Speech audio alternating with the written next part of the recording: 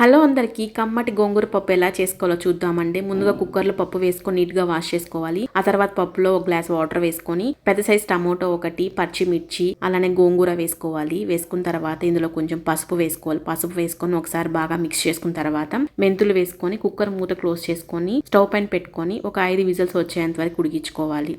ఆ తర్వాత పప్పులో ఉండే వాటర్ సపరేట్ చేసి అందులో కొంచెం కల్లుప్పు వేసుకొని బాగా మెదుపుకోవాలండి. ఇలా బాగా మెదిగిన తర్వాత మనం ఎక్స్ట్రా వాటర్ పక్కన తీసి పెట్టాం కదా, ఆ వాటర్ వేసుకోవాలి.